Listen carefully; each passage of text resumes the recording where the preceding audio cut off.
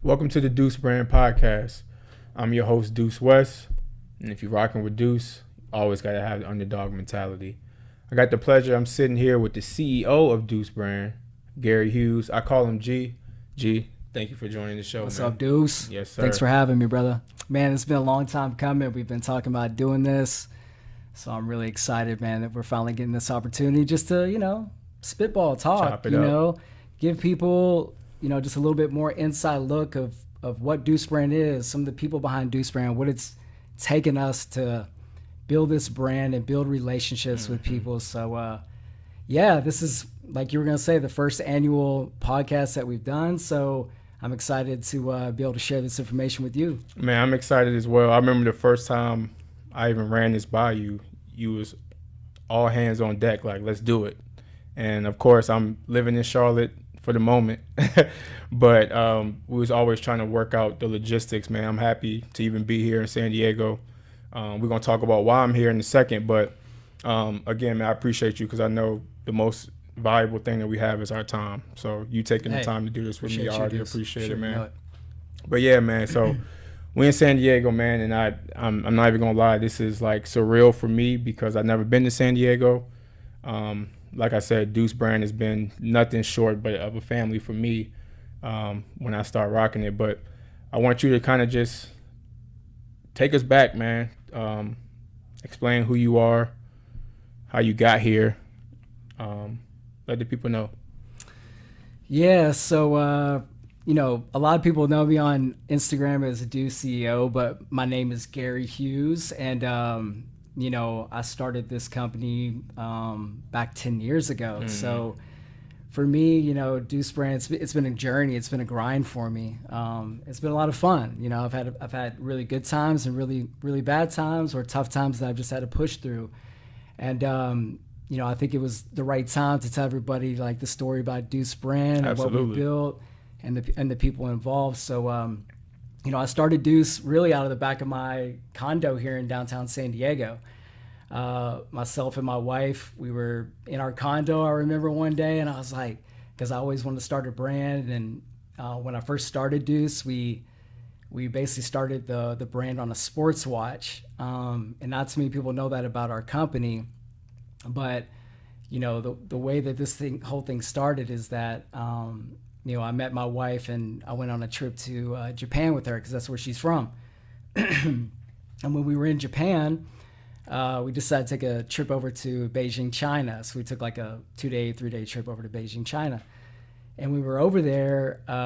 We went and checked out the Great Wall, and we were having a great time. And our tour guide, after we got done, with our tour of the Great Wall and everything, she's like, do you want to go shop? And we were like, yeah, of course. So we thought we were pretty much going to like a mall or something like that, like you would see in the U.S. But we ended up at this like big warehouse. And in this warehouse, they had like maybe 8 different floors of different types of products, sporting goods, apparel, electronics, jewelry, you name it. So you could just walk in and kind of like barter and negotiate with some of the guys and the people working there. So back in the day, I actually played football at the University of Kentucky.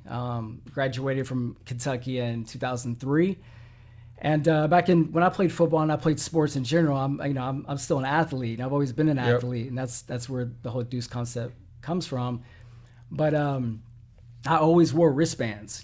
Back then you had Livestrong bands. Then you had Nike was making baller bands, and bands became popular throughout the the last somewhat years. And so I had always worn bands, and when I went to China, I walked past this glass case. This guy had these watches he was showing. They were colorful. They were like rubber bands. So when I pulled it out, I was like, oh, it's a band, but it has a timepiece on it, so it's a pretty cool watch.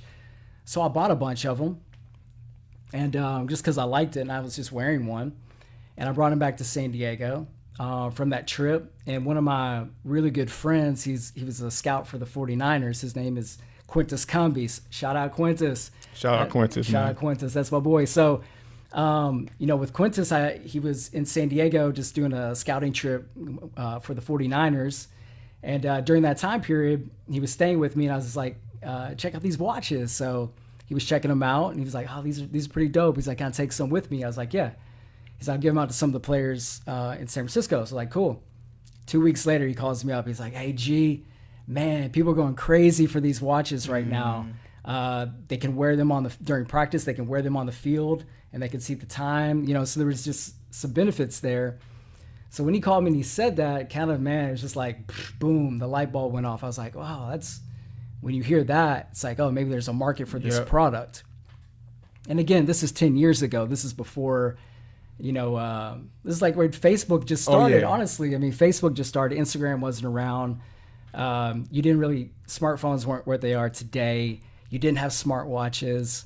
You know, 10 years ago seems like forever, but really, if you think about it, it's really not, you know, that long. And so, so basically we just, you know, I got the watch and I brought it back. And after he said that, I started the company. And where I left off was I was in the back of my condo in San Diego, and me and my wife were in there, and I had made my mind up. I was gonna, I was doing other types of businesses or working for other people before I started Deuce. And, then I had made my decision that I was just gonna go all in with it. I remember I was sitting in the back of my condo and I was like, man, what am I gonna call this brand? Like, what is it gonna be? And so, my number is 2. That's what I wore in any sport I played. Yes, until I went to play at Kentucky, I wore 19. Number 2 is always my number. That's my lucky number. Yep. If anybody's asked me what's my number, it's 2. It's 2. It's Deuce. So I was just sitting there and it just came to me. I don't know what happened, but I was sitting in the room and it just came to me. Oh, I know what I'm going to call this brand. I'm going to call it Deuce. And my wife's like, oh, that's dope. That's sick. She's like, that's nice. And she's like, where does that come from? And so that's where it comes from. That was my number. Number 2, my lucky number. That was the number I wore when I played sports. And then, you look at me. I'm you probably can't see from the camera, but I'm 5'9" white guy, right? And I walked on football teammate at Kentucky. So I'm an underdog. Like, that's me. Like, that's you. You know what I'm saying? Like, and there's a lot of people that have that same type of mentality, and not even just in sports, but in general. Anything I'm doing, there's always a chip on the shoulder. I'm always trying to get better, always trying to improve, and so that's kind of like the underdog mentality. So that's really the backbone mantra of Deuce brand, is that it's an underdog brand. And our mantra is, number 2, striving to always become number 1. So, and I think that's the craziest part of the whole thing for me, is because you're in San Diego, California at the time. I'm in Richmond, Virginia. I'm a kid. And we have the same mentality. Like, we literally have the same mentality. Like, you made this brand, and I'm really going through that. I'm living it. So when 2 and 2 came together, I'm literally like, I go by Deuce. Let me look up, see if there's any. Oh, it's a brand. Okay. And then I read into the story. Blew me away. Because now I'm like, yo, this isn't just like I'm aware because it's my name. It's like, no, this is what I stand for. Yeah. And then meeting you was the icing on the cake, because we are the same in that sense. Like, being an underdog. And for me, besides the sport, talking about life now, the mantra of having the number 2 mentality but always striving for number 1, to me, that's just being humble, right? Like, to me, that's like the bare bone minimum of like, all right, I'll take that underdog, I'll take that number 2, but I'm always gonna strive to be better. A lot of people that have that number 1 mentality, always, they don't understand what it's like to grind for something. For sure. So was there a specific moment that you can pinpoint that you had to overcome an underdog situation? Yeah, there's been a lot, honestly. Okay. Talk about it. And I mean, like, that could be in sports or a lot of different situations, but maybe I'll just speak on just something that happened within Deuce brand, since that's the topic. But I think in life, like I said, there's always going to be times where you're going to have to overcome something, an obstacle, whether it's in sports or business or relationship or whatever it may be, So, with me with Deuce brand, like, when I started this, it was a vision that I had. It was a dream. There's a lot of people that were like, dude, it's so hard to start a brand, and especially back then, because here in San Diego, not too many people know this, but it's a big brand hub. Like, I didn't know that. Yeah, there's a lot of brands here. You have Nixon watches. You got Purvita bracelets. You've got Blender's eyewear. These are all multi-million dollar brands that are all here in San Diego. And so, when I started Deuce, that was the thing, is like, man, you got all these other brands out there. How are you going to penetrate the market?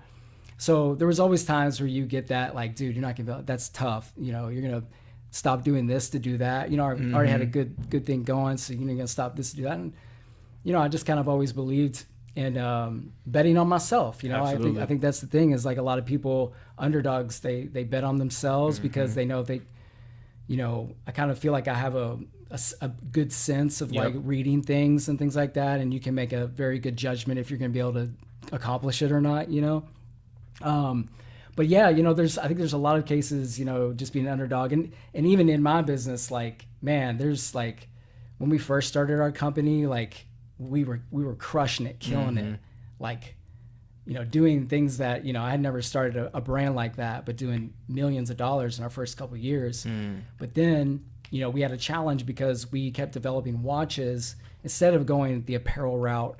So we took kind of a different path. We started going out. We started doing licensing with the NBA. We had an NBA license for 3 years. We had 40 NCAA school licenses, like all the SEC, Big Ten. We had all those licenses. So our route, and I kind of explain this because it's something I had to overcome, right?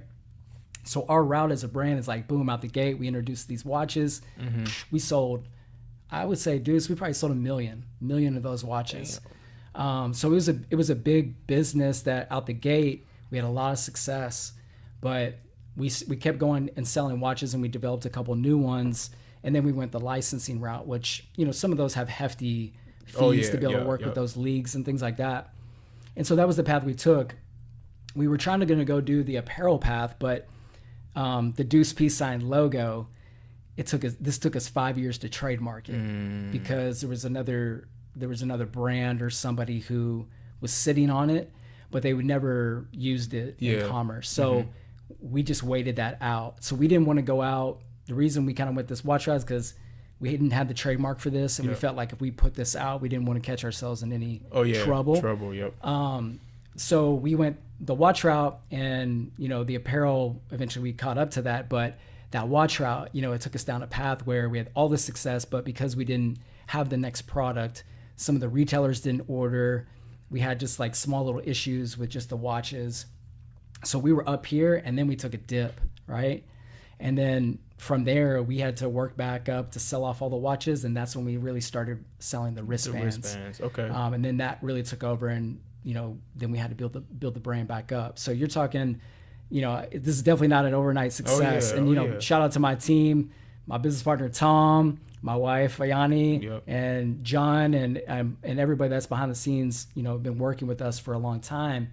It's a testament to them too, because at the same time, you really also, to build a brand, it's the underdog is part of it, but the team is the other part. And I think that's the other thing about Deuce brand, is that now that you've met me, like, it's a team, but it's also a big family of people, right? Everybody who's in the Deuce brand family, like, it's serious, right? It's serious, and it's something that everybody can kind of adapt to. And I think that's the cool thing about what we've got now.